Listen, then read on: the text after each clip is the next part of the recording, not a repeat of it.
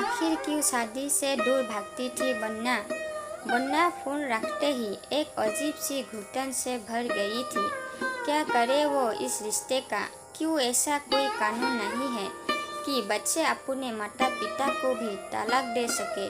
वो जिंदगी में जितना आगे बढ़ना चाहती थी उतना ही उसके पापा अनिकेत उसे किशोर में घसीट लेते थे। बहुत देर तक वो यूं ही गुमसुम सी बैठी रही। तभी उसकी मम्मी मनीषा ने आकर कमरे की लाइट जलाई और बोली, क्या हुआ बानू, इतनी परेशान क्यों हो। बन्या आंखों में आंसू भरते हुए बोली, आज फिर आपके पति के कारण मैं मुसीबतों में पड़ गई हूँ। मनीषा हंसते हुए बोली, मेरे पति या तुम्हारे पापा। बन्या गुस्से में बोली, आप तो बड़े मजे से उससे अलग हो गए हैं, मगर क्या कोई अदालत है जहाँ पर मैं उससे तलाक ले सकूं। मनीषा बोली, आखिर क्यों, आखिर क्या किया है अनिकेत ने। बन्या बोली, मेरे ओढ़े के नाम पर कहीं पर दलाली कर रहे हैं, कहते फिर रहे हैं कि मैं बन्या मैडम का पापा हूँ और इसीलिए उन्हें पता है कि कौन सी कंपनी को टेंडर मिलेगा। मनीषा कुछ सोचते हुए बोली, यह तो अनिकेत की पुरानी आदत है। उसने हमेशा रिश्तों को अपने फायदे के लिए ही इस्तेमाल किया है। 56 साल की उम्र में भी उसकी आदत में सुधार नहीं हुआ है। बन्या बालू का जुड़ा लगते हुए बोली, जब भी फोन करते हैं हमेशा ऐसा दिखाते हैं जैसे मैंने उसके साथ कुछ गलत किया हो। मनीषा बोली, दिल पर क्यों लेती हो बेटा।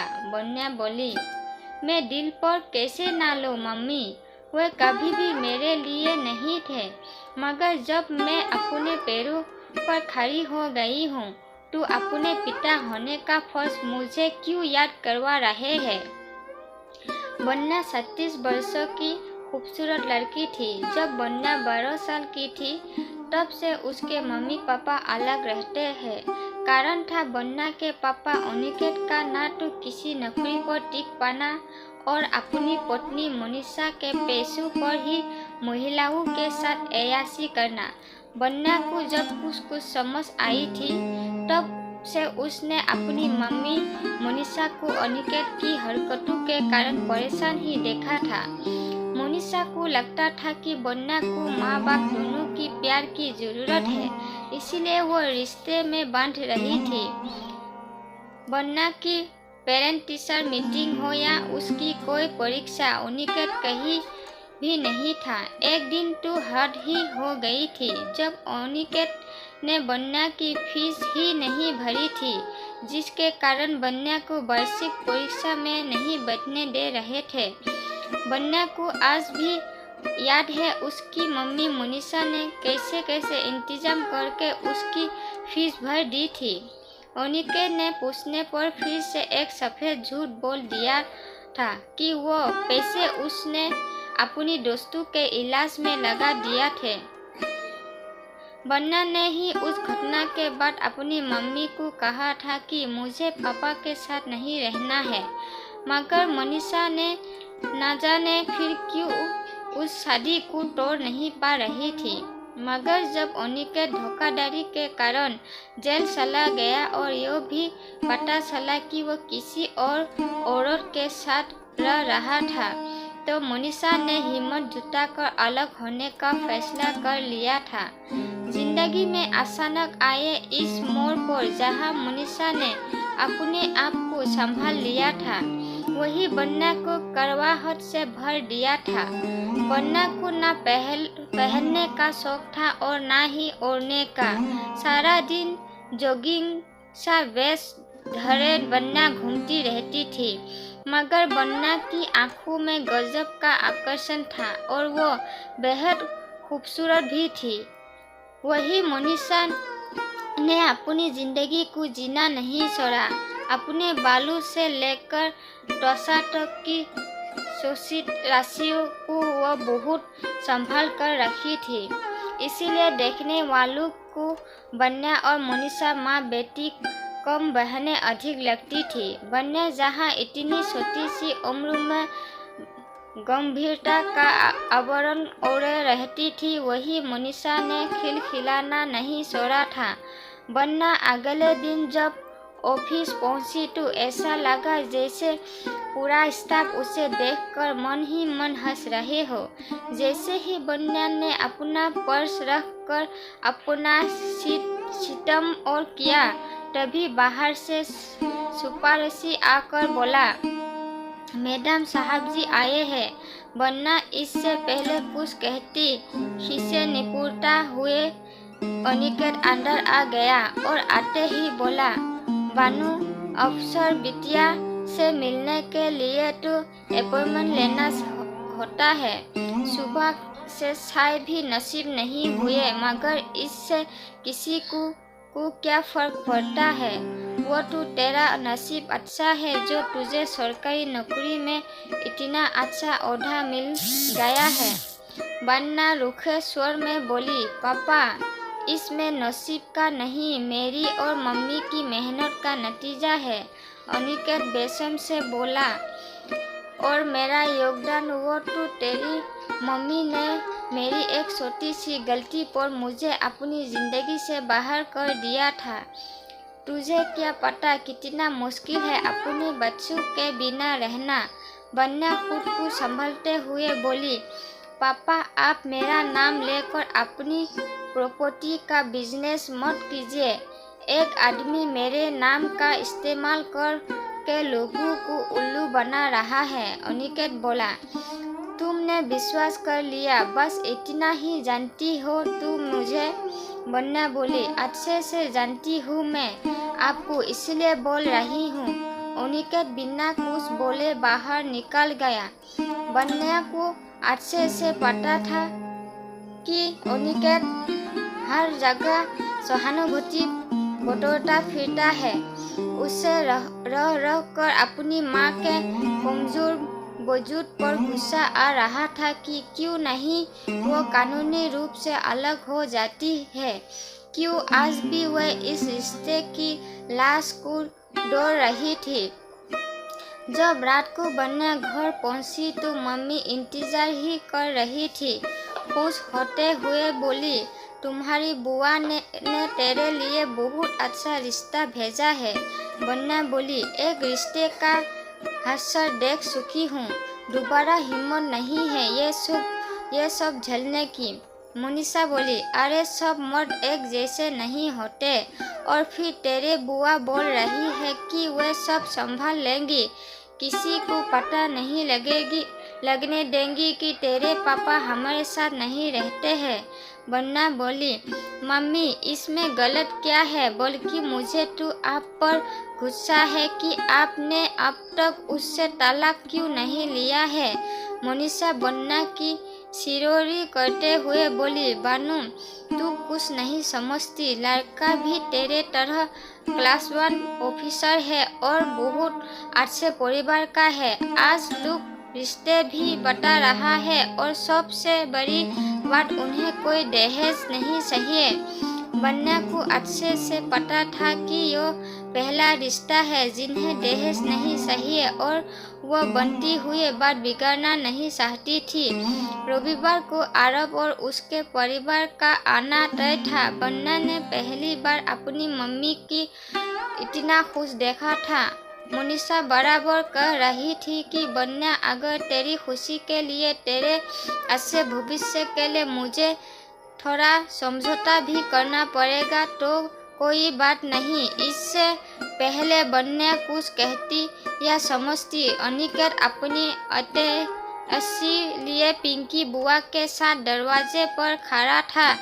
पिंकी बुआ बन्ना को गले लगाते हुए बोली, देख, तेरी शादी के साथ साथ मेरे भाई का वनवास भी समाप्त हो जाएगा। बन्ना बिना कुछ बोले डॉक्टर चली गई थी। वहां जाकर उसने अपनी मम्मी को फोन लगाया। ये क्या ड्रामा है मम्मी, आपने कैसे पापा को घर के अंदर घुसा लिया है? मम्मी बोली, बेटा, यह सब तेरी भलाई के लिए है। आज भी तू आज भी लोग टूटे हुए घर से रिश्ता नहीं करना चाहते हैं। बन्ना ने बिना कुछ कहे फोन रख दिया था। मन ही मन वो सोच रही थी कि झूठ की नींव पर वो कैसे एक प्यार भरे रिश्ते की शुरुआत कर सकती है। रविवार की सुबह से ही घर में गमाही का माहौल था। मोनिशा और पिंकी ने मिलकर पूरे घर की काया पलट कर दी थी। घर के हर कोने को देखकर ऐसा लग रहा था मानो अनिकेत इसी घर में रसा बसा हुआ हो। पिंकी बुआ अपने समझदारी की दाद देते हुए बोली, मैंने उन्होंने कानों कान खबर नहीं होने दी कि लड़की के मम्मी पापा अलग रहते हैं। शाम को आरब और उसका परिवार नियम समय पर आ गया था। अनिकेत ने आरब के परिवार के सामने ऐसी कमान संभाली कि ऐसा लग रहा था मानो बन्ना की कामयाबी में सबसे बड़ा हाथ अनिकेत का ही हो। आरब के मम्मी पापा बोले, हमें ऐसी ही संस्कारी परिवार और पढ़ी लिखी लड़की की ज़रूरत थी। आरब को भी बन्ना पसंद थी, मगर बन्ना क्या वो वास्तव में यह चाहती थी। जब बन्ना और आरब बाहर गए तो आरब बोला, बन्ना तुम्हारे पापा तो सुपर हीरो है। बन्ना कुछ नहीं बोली और उसने बात बदल दी थी। बन्ना और आरब जब वापस आए तो दोनों के चेहरे खुशी से चमक रहे थे। उसी दिन अंगूठी की तारीख निश्चित हो गई थी। अनिकेत ने बड़े आराम से घर पर कब्जा जमा लिया था। बन्ना चाह कर भी कुछ नहीं कर पा रही थी, क्योंकि बराबर उसकी मम्मी उससे रोक देती थी। रिंग सेरेमनी भी हो गई थी। बन्ना का ससुराल वालों बहुत खुश थे। अनिकेत ने दिल खोल कर खर्च किया था। मोनिशा जब तक बन्ना को बोलती देखा, मगर पापा ने होते तो मैं कहाँ से यह सब कर पाती। मगर एक दिन सुबह सुबह कुछ लोग अनिकेत को ढूंढते हुए आ गए थे। पता चला कि बन्ना की अंगूठी की सारी टीमताम के लिए अनिकेत ने उधारी पर पैसे लिए थे। वह लेन देन ढूंढते हुए वहाँ धमक गए थे। मोनिशा ने हर बात की तरह आंसू बहाते शुरू कर दिए थे। बन्ना ने बेरुखी से मोनिशा की तरफ देखा। उन लोगों का बकाया पैसा चुकाया और अनिकेत से कहा, पापा कब तक आप ऐसे ही मुझे शर्मिंदा करते रहोगे। अनिकेत बेशर्म से बोला, बेटी की शादी में तो राजा लोग भी उधार लेते हैं, और फिर मैं तो एक आदमी हूँ। बन्ना ने गुस्से में अपने पापा की तरफ देखा और बिना कुछ कहे तीर की तरह निकल गई। मोनिशा पीछे पीछे नाश्ते की प्लेट लेकर दौड़ी, मगर तब तक बन्ना की गाड़ी आंखों से ओझल हो गई थी। अनिकेत बोला, ऐसे कैसे इस राजरानी का निबाह ससुराल में होगा। तुम्हारे बस का कुछ नहीं है। औरतों के अंदर सहनशीलता भी होना चाहिए। मोनिशा सिसकते हुए बोले, क्यों किया तुमने ऐसा। इतनी मुश्किल से मैंने बन्ना को शादी के लिए तैयार किया था। अनिकेत गुस्से में बोला, अरे तू मैं बात कर तू रहा था, मगर उसे किसने कह दिया था झांसी की रानी बनने को। मैंने उसे थोड़ी ही कहा था कि मेरे पैसे चुकाए। बन्ना का ऑफिस जाकर भी सिर सकड़ा रहा था। बराबर उसे लग रहा था कि वो आरब के साथ गलत कर रही है। दोपहर को लंच टाइम में वो आधी दिन की छुट्टी लेकर आरब से मिलने चली गई। आरब किसी मीटिंग से व्यस्त था। उसने बन्ना को कहा, तुम सीधे घर पहुंचो, एक साथ दोपहर का खाना खाओगे।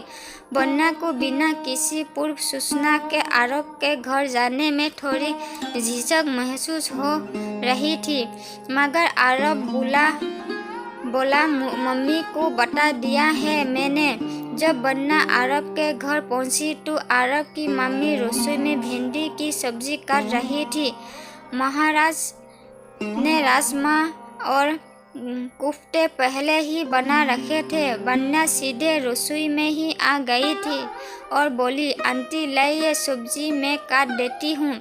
आरब की मम्मी इससे पहले कुछ बोलती बन्ना ने फुर्ती से सब्जी काट दी थी। बन्ना जिस फुर्ती से काम कर रही थी उसी फुर्ती से अपने जीवन की कहानी सुना रही थी। जब सलाद भी कट गया था तो आरब की मम्मी धीरे से बोली, बेटा लेकिन तुम्हारा कन्यादान कौन करेगा? अगर तुम अपने पापा को शादी में सम्मिलित नहीं करना चाहती हो। बन्ना ने बालू को जूड़े में लपेटते हुए कहा, आंटी मैं झूठ की नींव पर नए रिश्ते की शुरुआत नहीं कर सकती हूँ। मेरे पापा के बारे में जो कुछ मैंने बताया सब सच है। मेरी ज़िंदगी में उसका रोल बस एक संपूर्ण डोनर का ही है। वह इस शादी के बहाने दोबारा मेरी मम्मी की ज़िंदगी में सेट लगा रहा है। मुझे मालूम है कि मेरी शादी के कारण ही मम्मी उन्हें सह रही है। अगर आपको सब सही लगे तो आप बता दीजिए, नहीं तो कोई नहीं। जैसे ही बन्ना पीछे मुड़ी, आरब रसोई के दरवाजे पर ही खड़ा था। आरब बोला, अरे खाना तो खा लो। बन्ना बोली, पहले आंटी से सारी बात समझ लेना, फिर खाऊंगी कभी। आरब की मम्मी मन ही मन सोच रही थी कि क्या यह घर इतनी तेजस्वी लड़की को स्वीकार कर पाएगा? क्या यह परिवार संपन्न डोनर की बेटी को अपनी बहू स्वीकार कर पाएगा?